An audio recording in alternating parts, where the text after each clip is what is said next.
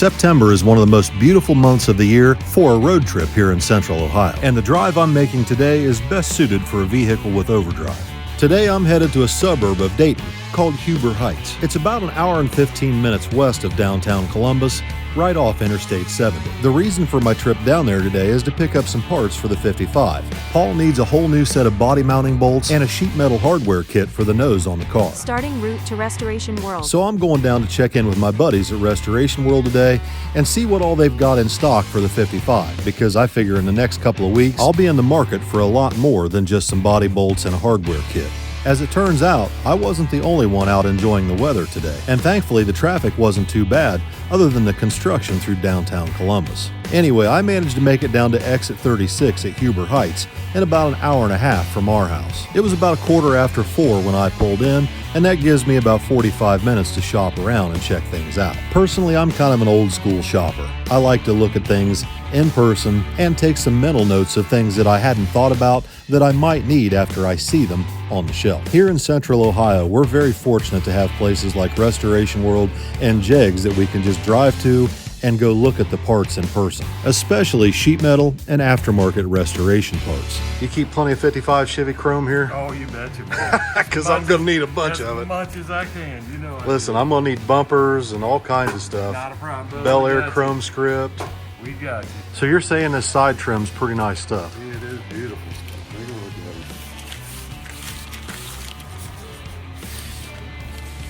at it. That is pretty decent quality, it looks like. I restore trim all the time. Do you really? I've been doing it $10 a foot for years. Really? Some of this stuff, it ain't worth messing with anymore. From Really? the belt line up, yeah, the window moldings and stuff, they're not as heavy thickness as the originals are. They're nice if you don't have good ones, but side trim, all the side trim's beautiful. Nice stuff to use. Really? Paint's already done. You ain't got to worry about repainting or anything else. And as far as, you know, there's 6 foot, so those are about $9,900 a piece, somewhere in that area. Here's your same way with the new fender doors. There's your new fender moldings. There's your door points right behind the fenders. There's your door point lowers that connect to the quarter moldings. There's your paint divider decals if you want to have your original paint dividers restored. I'll be damned. Yep. Well, that's good to know. All your emblems, scripts, the Bel Air scripts, the trunk emblems, the head foot badges, all in stock. Try to keep it all. Excellent. Bumpers as well. You're gonna kill me. You're gonna put me in bankruptcy. We'll take care of you. You know that. We'll definitely take care of you. You know that. Wednesday, the beautiful weather here in Central Ohio continued, and so did my road trips in the Malibu.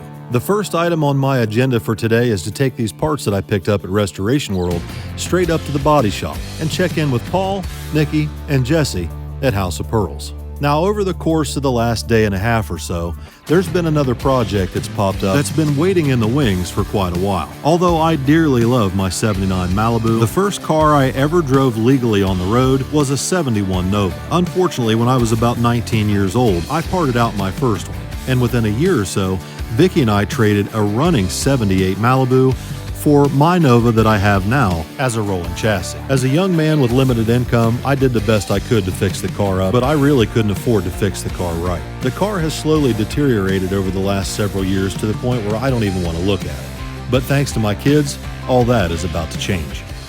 So I cannot believe this thing is in your shop. I can't believe he didn't tell you. No, he didn't say nothing to me until I think it was yesterday. He's like, oh, by the way, I'm loading your car up and taking it to House of Pearls. I said, what car? He's like, your Nova. No, I had no idea until just like a couple of days ago. Yeah, he messaged me a couple of months ago, said it was sitting outside, just kind of rotting away, and he wants to do it sooner rather than later. So I messaged him a few weeks ago and said, we're getting to the point we might have some space if he wants to bring it. And oh, wow. He does, yeah. So it's kind of cool. I'm doing that for my dad.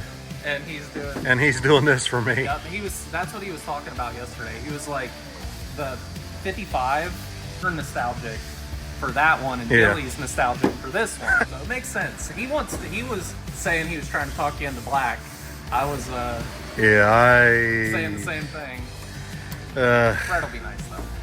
Look, I've got one more black car than I need. The 55 has to be black. Yeah. And then I picked up that Monte Carlo, and oh my God. They're hard to keep clean, but they're their own thing. Like I talk about how they're prettier colors than black. Like they're more vibrant and look better, but a black car is its own thing. Ugh. Tell me about it. They're hard to maintain, for sure. So this thing is really a mess. I've seen better, I've seen worse. Listen, I've never had the money to do anything like this. No. I've never had that. And this car still has all its original sheet metal that the car came with, except for the right front fender. I was going to say the right one fits a little worse than the other side. Yeah, the right front fender, the car had been wrecked lightly when I bought it. He ran into a stop sign or speed limit sign or something. But the driver's side actually has a bullet hole in the side that comes out the top. They were setting sandbags on the hood and setting their scopes up, using it for target practice in the backyard. And they actually shot a bullet hole in the driver's side front fender, and it comes in the side and kind of goes out the top of the fender. So you'll see that. Gotcha. But this is all the original sheet metal that came with the car. And unfortunately, it's not usable, a lot of it. Not a lot of it. Probably none of it. Billy wants to keep as much of the originality that makes sense. So like in your trunk pan, for example, you got this cage. If we want to do a full floor, the cage is going to be in there. It's gonna be I wouldn't necessarily worry about that. That's what he was saying. And this is the worst of it, at least from what we can tell. Yeah. So what the plan is to just unbolt all this stuff, section that, maybe put a bead roll in it or something to kind of make it look correct, and then just weld that in, section that part on the floor. And then I think somebody must have cut this out, maybe to access the top of the No, it was a fuel cell. It was a sump for a fuel cell. Gotcha. Okay. So we could either keep this same setup and kind of make it removable or whatever. Nah, I'd put it back. Got it. Okay. That's easy enough. And I would really just like to have it put back. Yeah. You have space underneath there for you use real small self-tappers, So the tail panel obviously is terrible. Not great, for sure. It's terrible. Yeah, not great. Both the quarter panels have been fixed. They've been patched. Yeah. Every piece of sheet metal on this thing has been patched. Yeah, the quarters, that's for sure gonna happen. So unless we get extremely lucky and this is like just body filler over bare metal that started to blister, it's not. It's gonna be holes. So the quarters we're definitely gonna do. Probably the inner wheelhouses too. Thankfully, the rockers are in good shape. Now that they are, the rockers in this car are solid. I will give it that. It makes no sense with the way that everything else is, but I'll take what I can get. It's fine. So this car honestly wasn't in that bad a shape when I bought it. It still had the original paint, and we stripped it to bare metal. Gotcha. And the car was painted black. Gotcha. And I could not keep the car clean. It was terrible. So we painted it red. It was a darker red, and I didn't like that color, and the paint never set up quite right. I don't know what happened. And you did it again. And so we painted it red again. Did you do this? Me and a friend of mine from high school did it. Yeah, years and years ago. And I mean, the stripes are pretty good. I mean, they're not bad. You know, not a professional. They're not bad.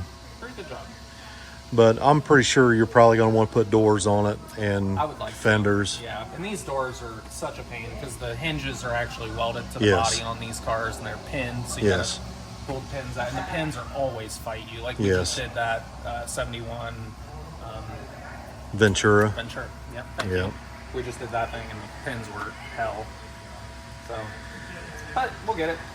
So yeah, doors, the bottoms of the doors are pretty rough. They are. So unless we get extremely lucky, which again, we're not gonna, but fenders, I was talking to Billy, we could probably they sell sections, like repair sections, that we could probably cut the bottoms, because it's only on the... it's the bottom corners. Yeah, the bottoms on both sides. So we'll play it by ear and see how the brace is really that runs down, and that'll kind of be the determining factor. But thankfully, we're going to want original stuff. I don't want repop or even AMD. I'd rather just get original stuff because they had like a million of these cars. So we can get, I've already looked, and you can get original fenders pretty easily. Doors. Can you really? Yeah.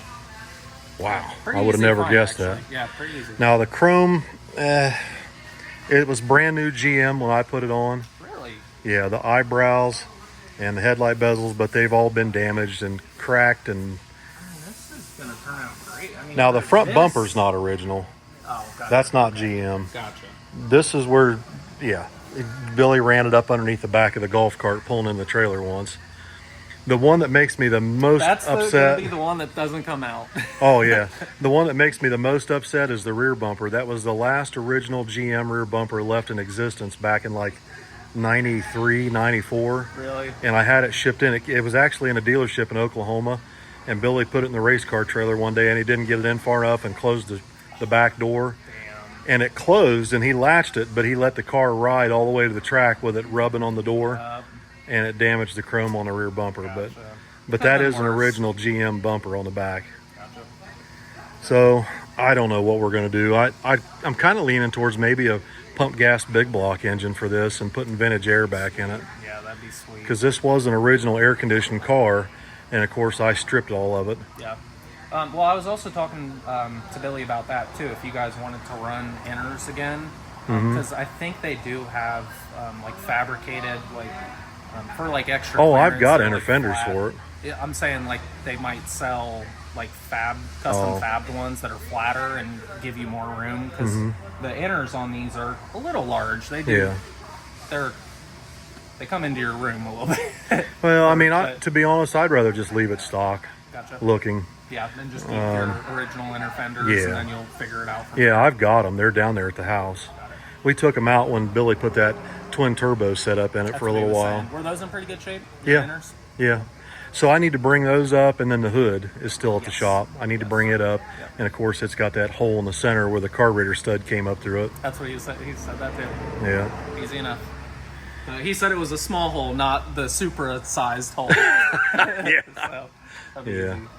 All right. And then for vintage air, obviously you could do it at any time. But Yeah, if you yeah. do want to get the kit, Jesse can drill your holes and template it, because I think the new kits have been coming under this Really? on this side, so it'll be a real bitch to do Okay. it once the fenders are back on. I got you. So we'd at least probably want to run the lines or drill the holes. And did he pick out a color? I think so. He's got it at the house. Because he showed me in a picture of it, and I was like, oh my God, that's the color I've always wanted. Yep, it's a traditional candy. It's not like a gold base or silver base candy. I'm not doing anything like that. They're way too hard to maintain for Yeah. you guys, and matchability in the future. They're too fragile. So we're gonna pick something that we can panel match if we need to, or touch up even. You know me. I mean, me too. I mean, I don't do these cars to just priss around and not enjoy Right. them. If having a nice paint job is going to mean that you don't drive the car, don't do it. Yeah. So if there's levels. You want a nice car, but not at the expense of you actually driving it. That's the whole point. Right. So.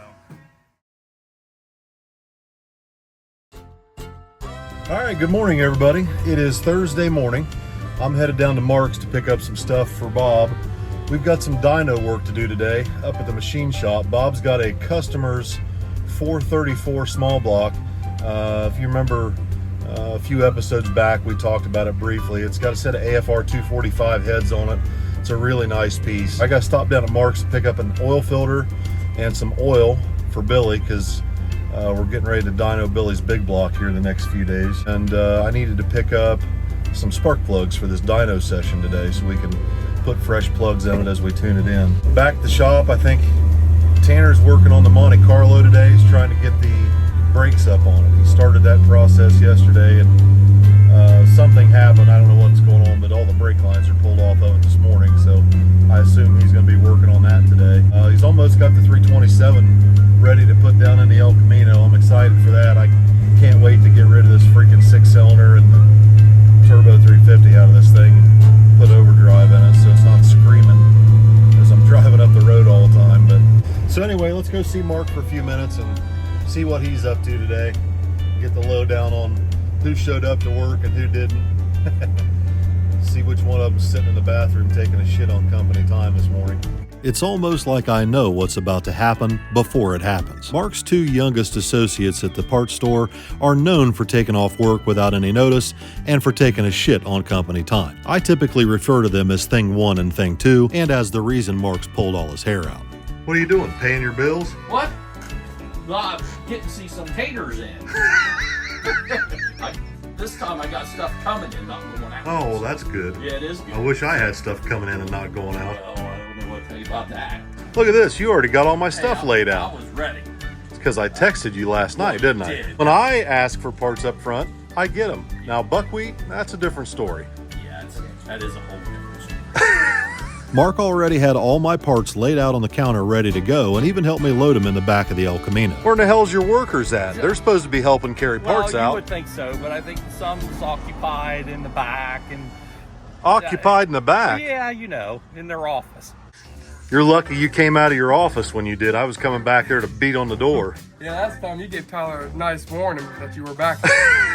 I heard that all the way up here. I was wondering what went on back there. Well, Mark says you're spending way too much time on your back there. No, I literally was back there for maybe 5-7 minutes. 5 to There 7 is no way. I time myself because everybody gives me crap about it. Speaking of giving people crap, Mark had plenty to dish out on Bucko after he found out that he'd installed a flex plate backwards on Billy's C10. Hey, before you leave, I've got the directions on installing a small block Chevy flywheel on the desk back there. If you Oh, from my brother? Yeah. Oh, yeah, he could use that, couldn't he? Yeah. Oh, well, you know what? It says that right on the flywheel. But he still needs instructions, evidently. So He took ownership of it this time. I couldn't believe it. I know. He didn't blame a groundhog or anything. Well, he did to me. Oh, he did to you? Yeah, he did to me. He said there was telltale signs of some washer marks on the back side, the side he put on first. Oh. Yeah, so see, Well, there's some serious shit coming down the pike now. Is there? Well, Tanner has a race vehicle in Billy's shop, good. Oh, and Buckwheat has laid eyes on it. really? Yeah. He was telling me about that yesterday. Who was? Hey, as we're walking into the bowling alley, he's like, I got my roll bar done in my car. Yeah, well, wait till you guys see his race car. Oh. I'm here at my brother's to loan the cameraman some more of my tools. Apparently, he screwed something up. Tanner's been struggling with making brake lines for my Monte Carlo, so Jeremy came over to lend a hand, and Tanner took him out to the back shop to show him his personal project. Why is it colored rainbow sprinkles?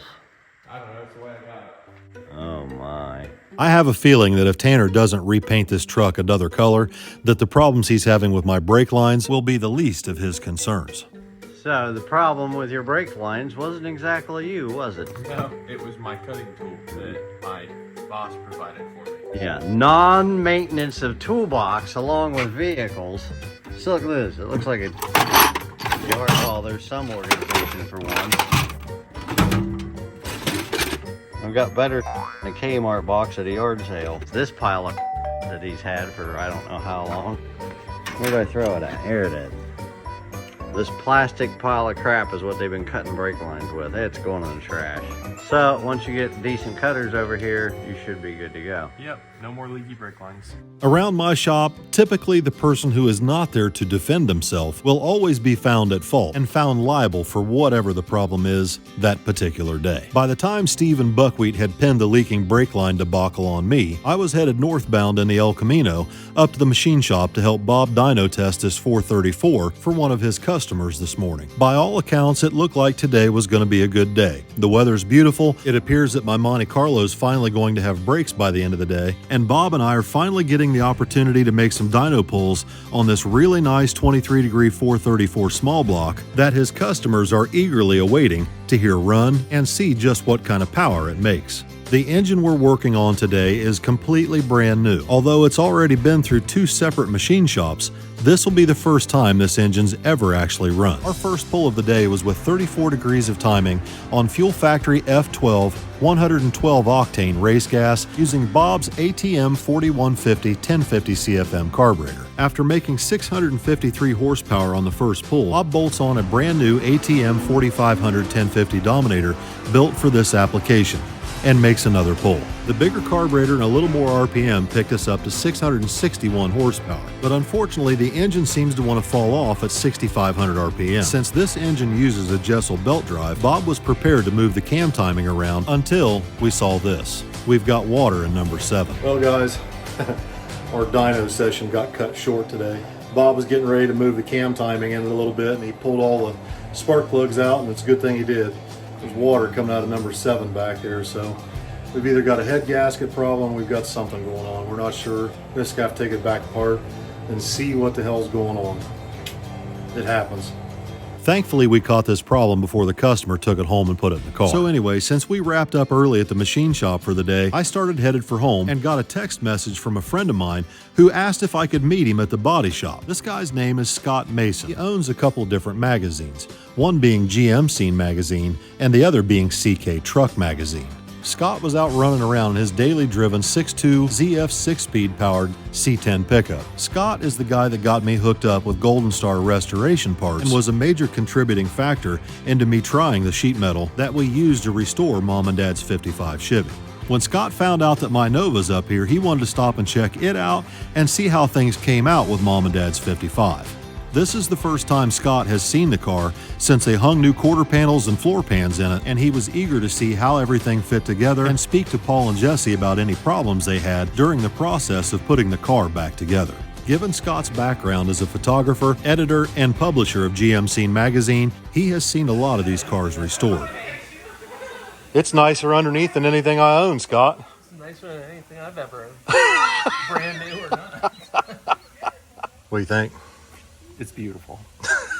It's pretty incredible, honestly, what they've done. I'm amazed. I mean, I know the parts were good going in. You know, I was pretty confident about everything. Yeah.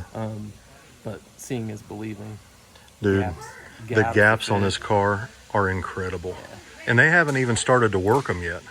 Yeah, it's amazing. They measured everything so precisely before they cut it apart and braced and remeasured and because usually when you cut a car apart this far, they're really springy and they go everywhere. Yeah, you can tell how much time they spent, you know, up front, like just doing all their due diligence, you know, to get everything to stay together, and then just on the backside of some of the work that they did. I mean, in the trunk and the floor pans, dude, this thing looks like it literally looks like a brand new 55 underneath. Dude, I'm really happy with those Gold Star parts.